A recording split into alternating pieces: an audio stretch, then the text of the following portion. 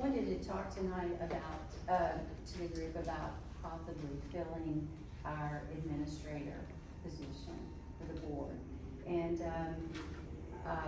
our administrator, had to leave at the end of March of 2025. So we've been like a year, 13 months or so, without an administrator. And, we really have a lot of programs that we would like a lot closer oversight over, and also just as we are, trying to move forward too with progressing healthcare in Walker County and working on different things, we really feel like that we need that. Actually, probably we've been doing the job of the administrator. I have, and Joe has helped a lot too, but we really truly need that position. We feel like, I feel like we really need that position in the office, and to be there every day, and to, we really are working on our indigent care program, and we would like for, there to get that program more robust and going. And so I just would like your input on it and what you feel about it, about filling that position. It could be, it doesn't have to be 40 hours. We were thinking more of 32, 24 hours, something like that. But to start out with, at least 4 days a week. So just what do you feel about it? It'd be a great thing to have, and like you say, we may find a professional that is retired that would like to have that position.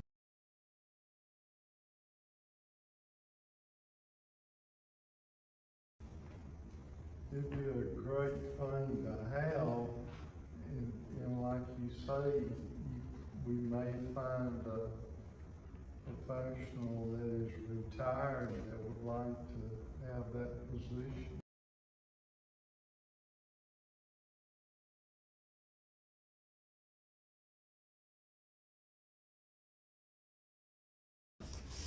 Wanted to talk tonight about, to the group about possibly filling our administrator position for the board. And our administrator had to leave at the end of March of 2025. So we've been like a year, 13 months or so, without an administrator. And we really have a lot of programs that we would like a lot closer oversight over, and also just as we are, trying to move forward too with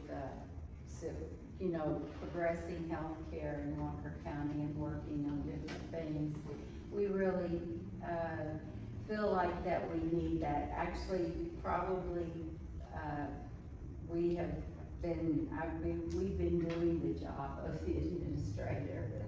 I have, and Joe has helped a lot too, but we really truly need that position. We feel like, I feel like we really need that position in the office, and to be there every day, and to, we really are working on our indigent care program, and we would like for, there to get that program more robust and going. And so I just would like your input on it and what you feel about it, about filling that position. It could be, it doesn't have to be 40 hours. We were thinking more of 32, 24 hours, something like that. But to start out with, at least 4 days a week. So just what do you feel about it?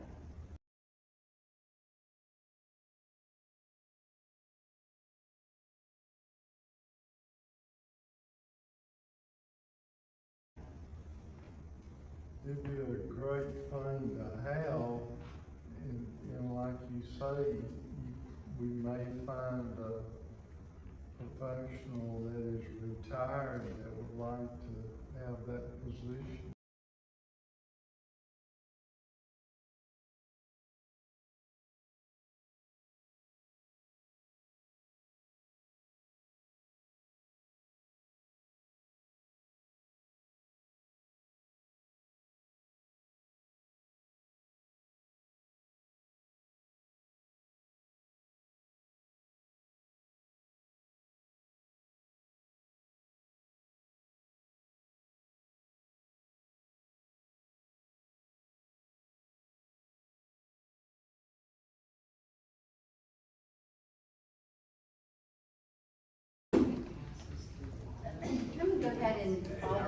Okay, and call the meeting to order, and we have everybody here tonight, so we have a quorum. If you will look at the minutes under tab 2 and see if you have any additions or corrections to those.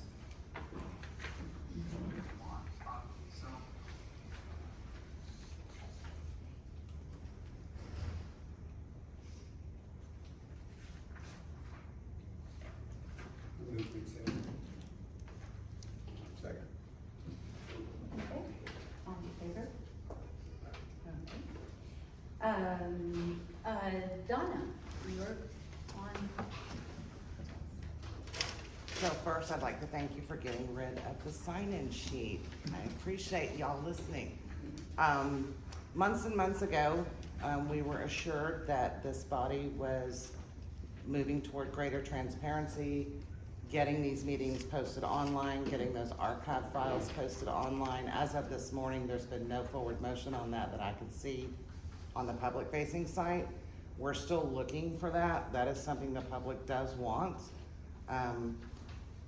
The other thing we'd really like to see in the transparency paragraph, why are the financial reports, the monthly bills, the minutes, those draft versions can easily be watermarked as draft and posted for the public to see prior to the meetings? It's very difficult to know how to participate and comment on a meeting when we're coming in with no foresight whatsoever into what you're voting on. So it's very simple to watermark a document. I promise you, these professionals right here can do that and upload that with the agenda so that we can comment, we can look at what you're voting on. So I would like to see that moving forward. Really want to see those archives on there, really want to see a lot more transparency, because it just says monthly bills and financial reports with zero information on what those numbers look like, and we can't see them unless we do a public information request after the vote's already been taken, and that's not fair to the public. We pay these bills, we'd like to see where the money's going before the vote is taken. Thank you for your time. Thank you, Donna. We will go next to Gary. How are you? Good evening. Good evening. So a lot of quick things happen in the hospital from a volume standpoint. 3 quarters in, we have a July 1st fiscal year, so we run about 8 to 10% over last year. So our volumes, and March was a busy month. So the emergency department was in excess of 62, 63 per day.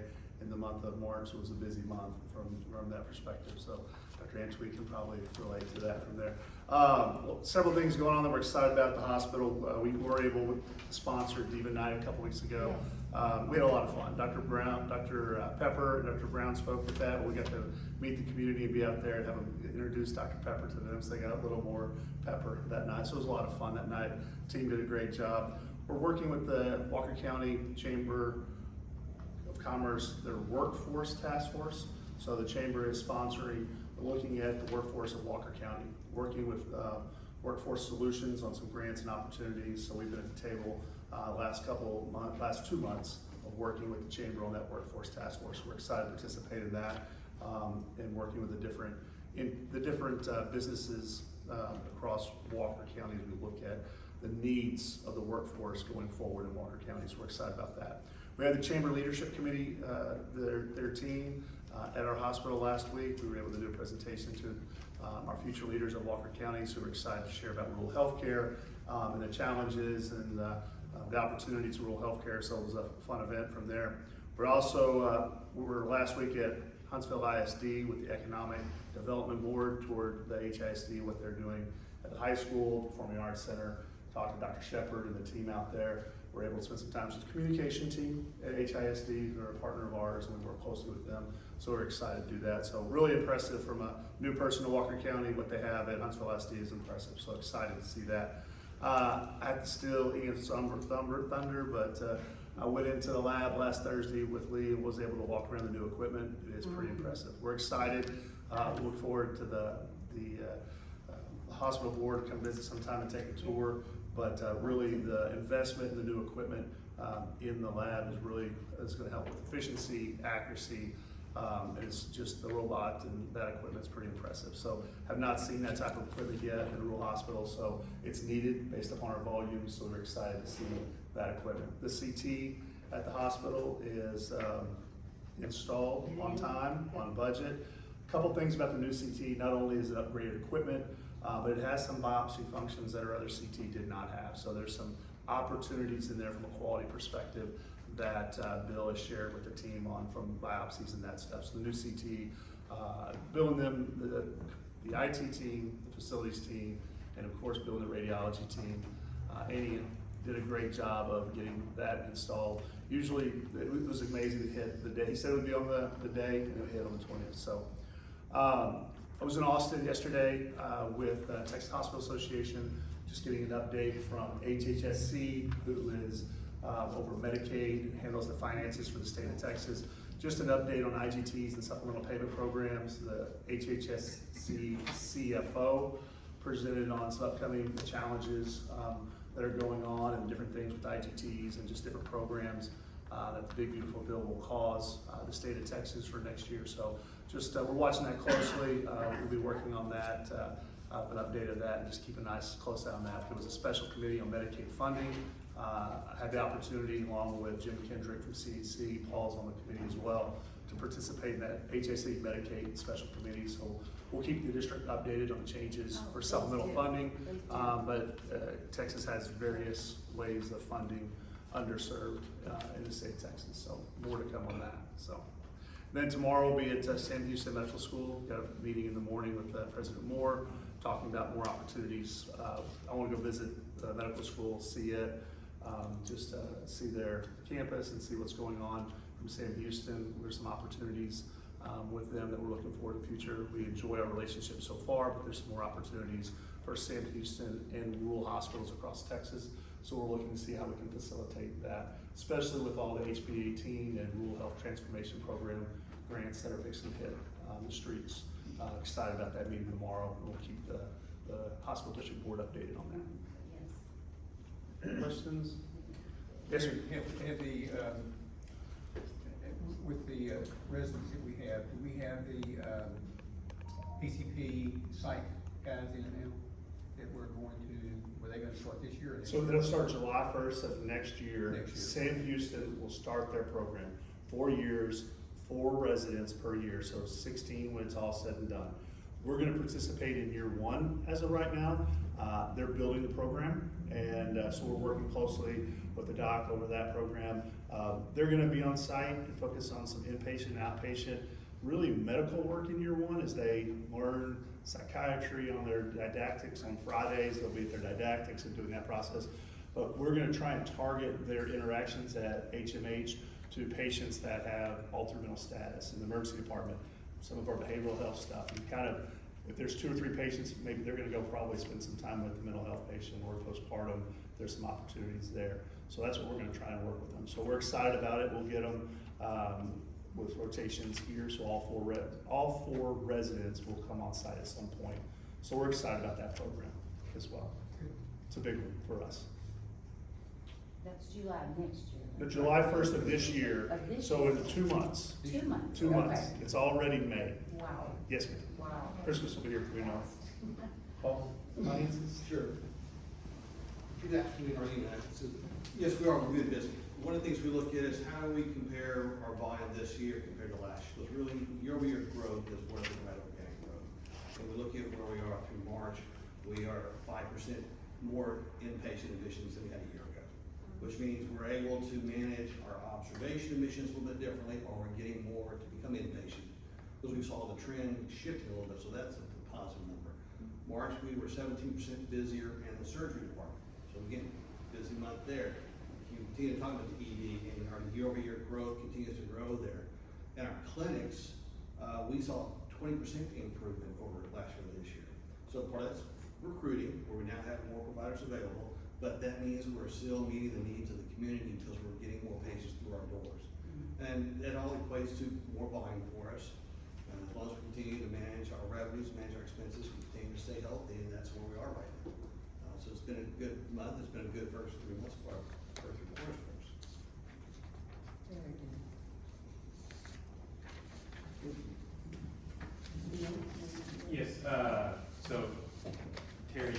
my thunder, but that's okay. It's good thunder to steal. I will remind us, the group here that Dr. Brown, Lauren Brown, she's moved to the community. She has started her practice of family medicine with OB. So she will be doing normal deliveries in the hospital. She will always have, just so the community knows, an OBGYN will be in coverage with her at the hospital at all times. But we think that this is an excellent option for many of our community that are looking for this. So we're very happy to provide that, and want to thank Dr. Pepper and Dr. Montgomery for partnering with Dr. Brown to bring this service to our community. So her clinic, she has started seeing patients as of this week. So if anybody has any questions of how to get scheduled or get a hold of her, she is currently seeing patients in the HMH clinic.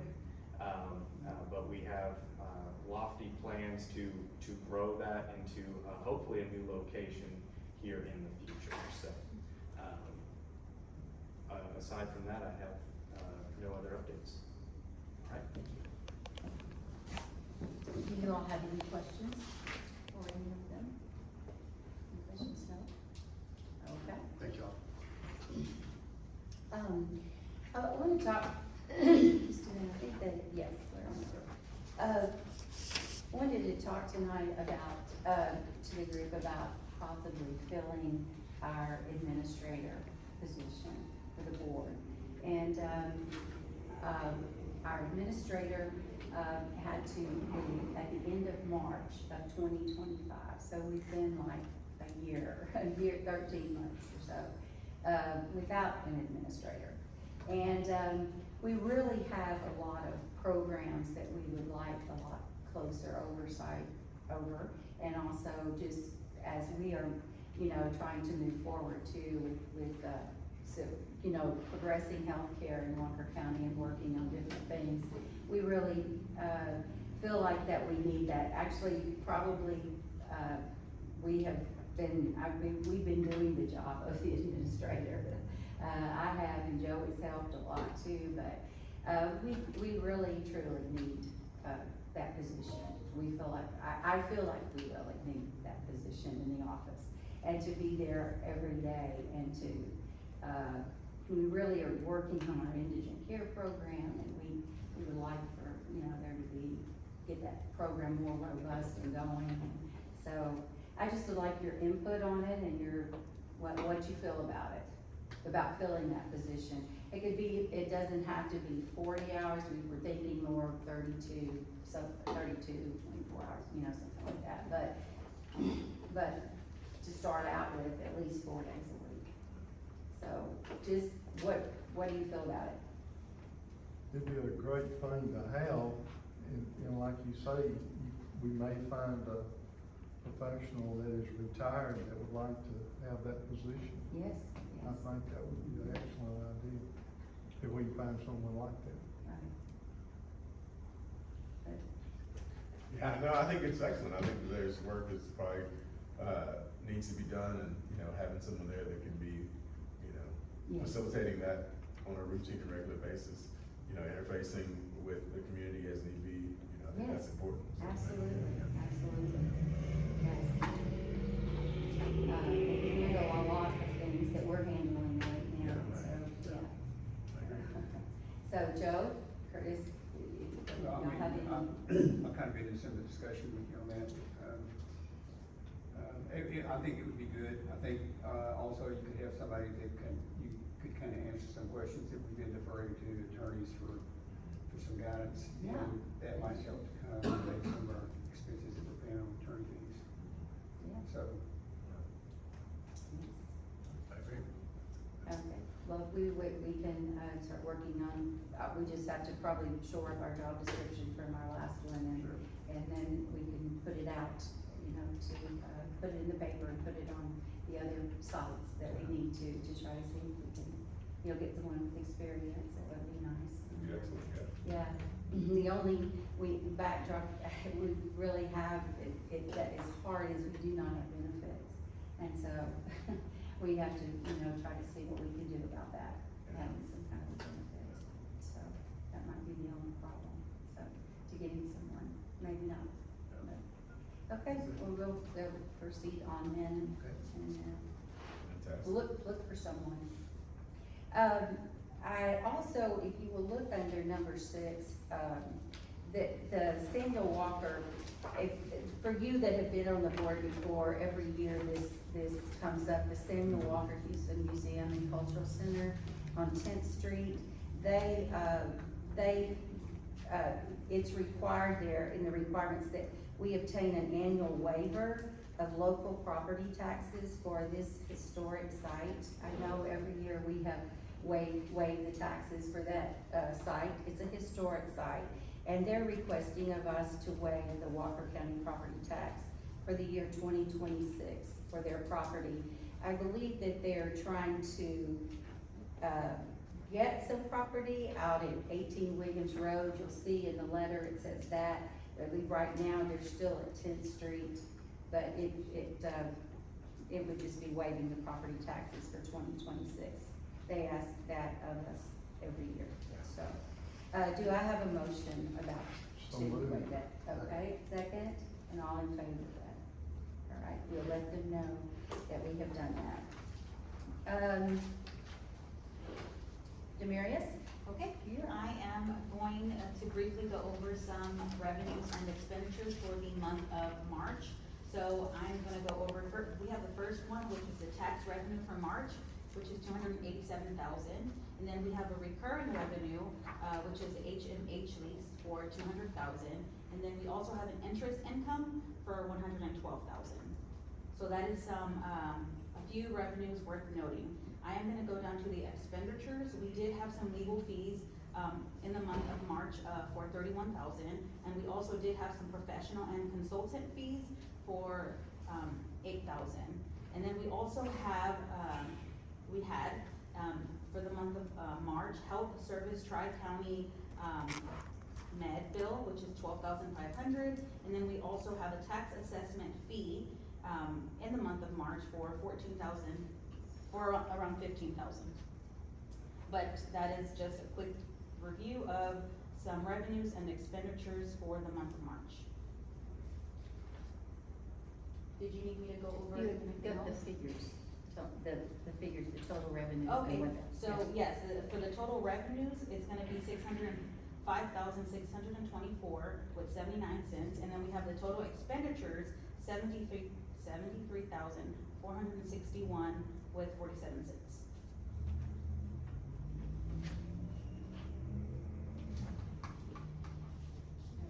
And then if you have any questions, just let me know.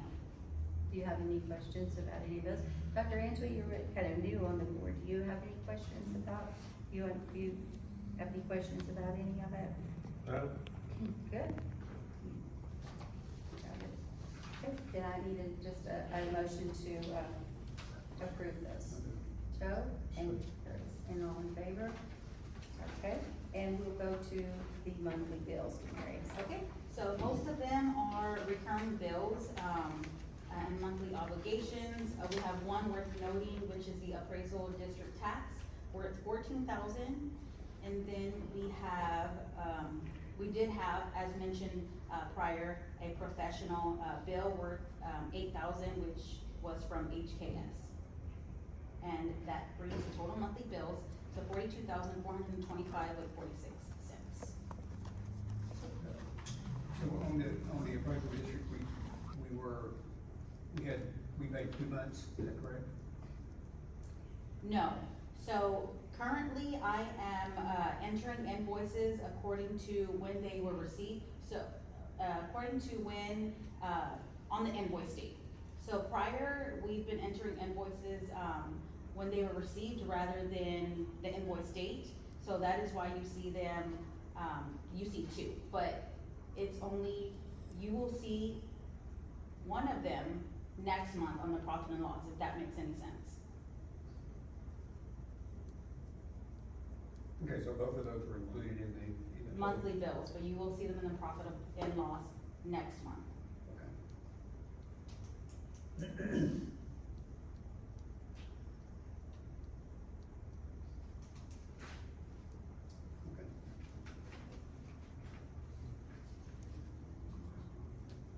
did you have anything else to mention? No, that is, Explain? no, Is that okay? Any questions about any of the others? Appraisal district, the rent, the same bills really. Okay, do I have a motion to approve? Okay, and a second? Okay, and all in favor? Okay. If there is, nothing else, you guys wanna bring up anything tonight? Well, if not, we'll adjourn. Anything else, Curtis, Jerry? Okay, do I have a motion to adjourn? Thank you, second, and all, okay, thank you very much.